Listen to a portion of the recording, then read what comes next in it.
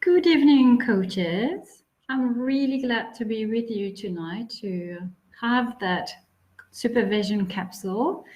It's the first that I do, so I'm both excited and completely thrilled by this experience. Before we dive into the topic itself, I'd like to make sure that you can hear me. So if you could just put in the chat that you actually hear me well, that would be great. It will take a little bit of time until I get your answer, but you're most welcome to provide them as soon as you can so that we can start together. So my name is Marianne Dupuis, and I am the current president of the Association of Coaching Supervisors and Mentors, who was created 4 years ago, aiming to promote supervision and mentoring to make sure that we have ethical and professional coaching in Malaysia and Southeast Asia, now that we have more requests from everywhere in this part of the world. So I'm really, truly delighted to be with you tonight.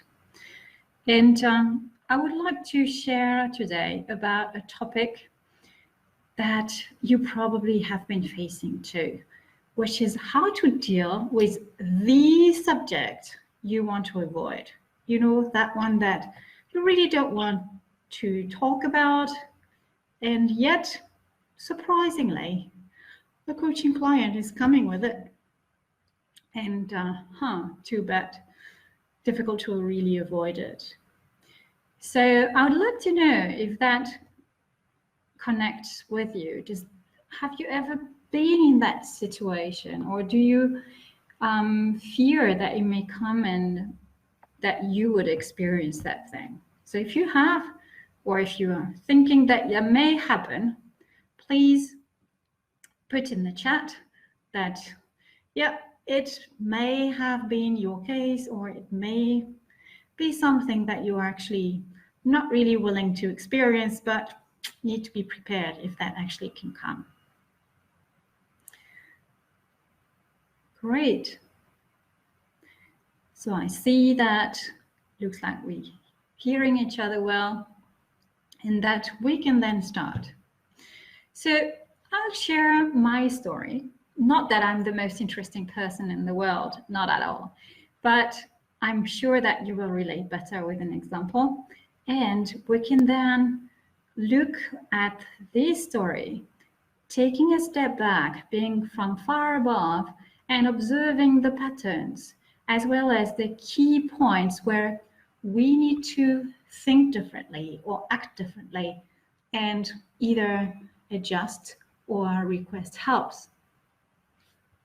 So I used to grow in France, and I had observed many cases of divorce, either in my family, extended one, or in the friends that I have, and either they have been suffering as a parent or as a person themselves in that kind of difficult time and transition.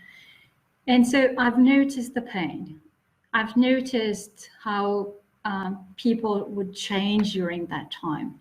And so I really made strong convictions out of it that divorce was a bad thing, that divorce only comes with pain and hurting the people you love most, and that divorce was definitely something that was triggering the worst part of human being, people being transformed into beasts and a lot of violence.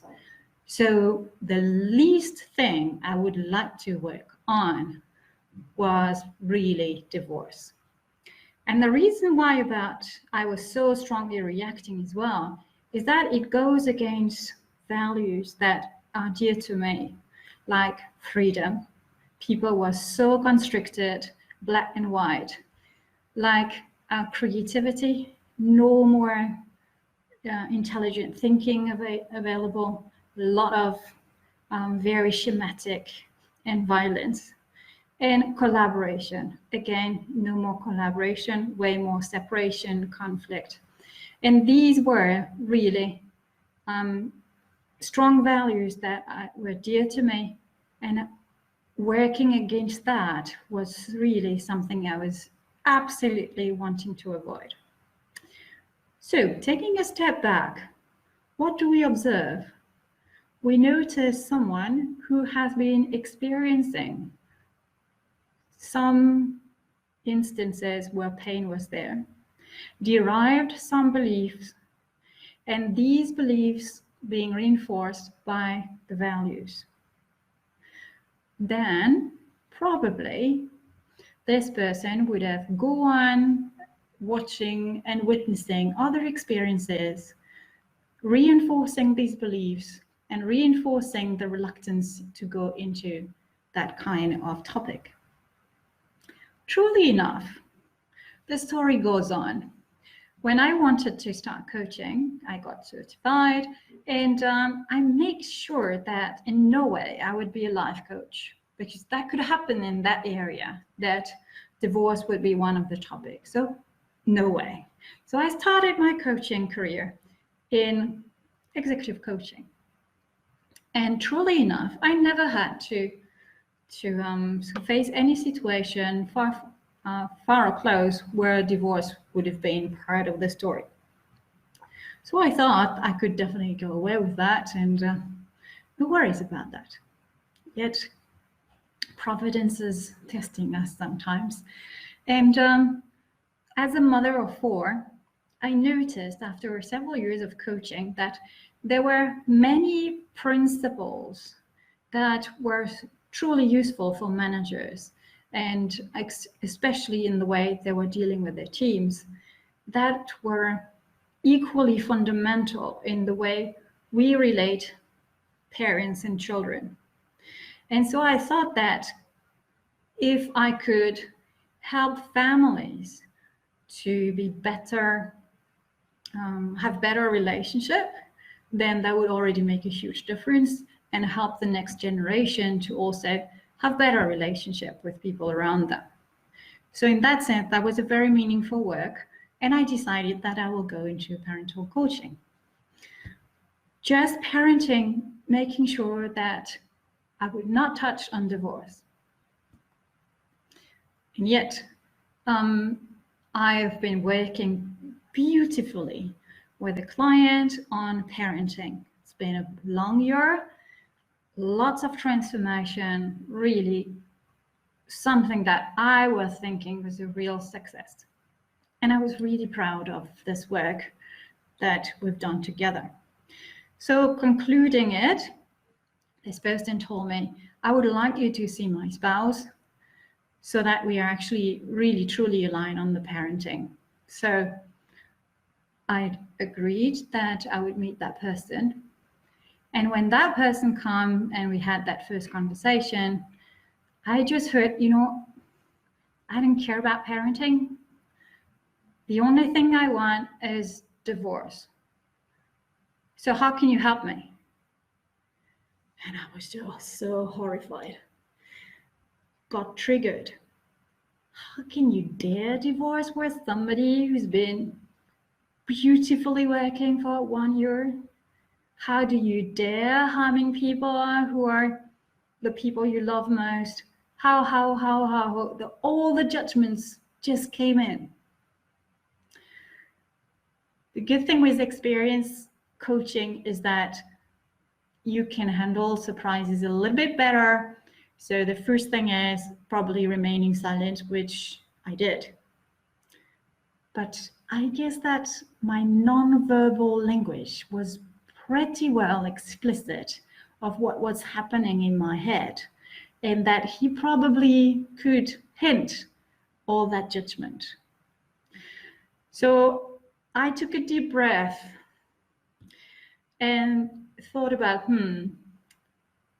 helping, I'm not sure I can, but at least I can be a coach. So bringing back my coaching hat And being curious, I asked questions about his expectation, digging deeper, etc. Then we ended up agreeing that we will meet up, finding out if we want to work together, or confirming or affirming. Just got a call later on, and that person declined working with me. I've never been ever relieved so much, which is not necessarily a very good indication. So taking a step back, you notice that no matter how much we want to avoid, it may come very unexpectedly. And then we have no other choice but to face the situation. Probably we will get triggered. That's part of human being. If we have these beliefs, it's so easy to jump into conclusion and to have a non-so unconditional love for that person in front of us. So here, silence will definitely help. A deep breath and asking self some questions about who am I here? What is my role as a coach? What do I need as a coach to be grounded? So any practice that you have about grounding yourself, anchoring yourself is absolutely useful and even a must to handle these things. And then being curious. First of all, you may not have properly understood what's at stake. And second, even if you do not want to handle that issue or that situation, you may need to refer to somebody and share a little bit with that person about what's the issue at stake or what is the context. So in any way, that would be useful to be more curious and to gather more information before you decide to move on or not. If you are very relieved that somebody is not wanting to work with you, it means that it's urgent time to work on yourself. There's something here that tells you that, there are some limiting beliefs, there are some obstacles. Who are you? Who do you need to be? Where do you need to grow? Where does your professional skills need to grow as well? Yet, going back to my story, I was so happy. Yeah, doesn't want to work with me, fine. At least I will never have to handle that topic. Yet, Providence is testing us. So later on, I had friends of friends who were just thinking about not living together anymore. There was a huge violence.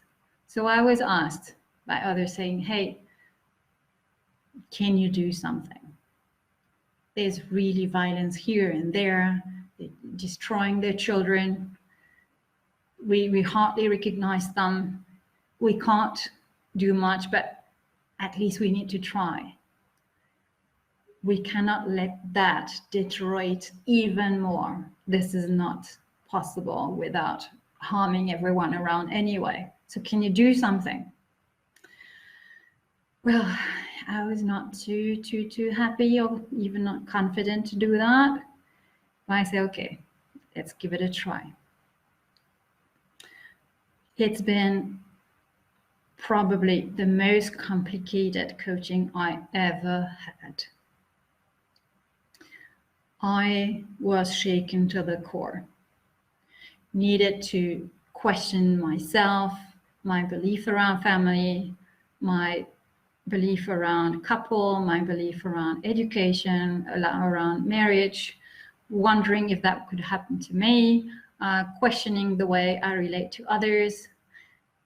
So that was really, really difficult. So how did I handle it? First of all, I slept as much as I could to make sure that I was not lacking sleep and I could still reason.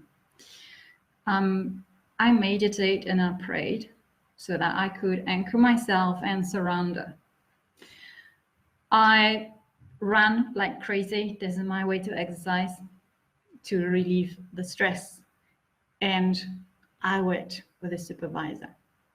Not to be triggered too much into judgment and to be able to connect to the people and connect to the mission that and the objective that we wanted to reach.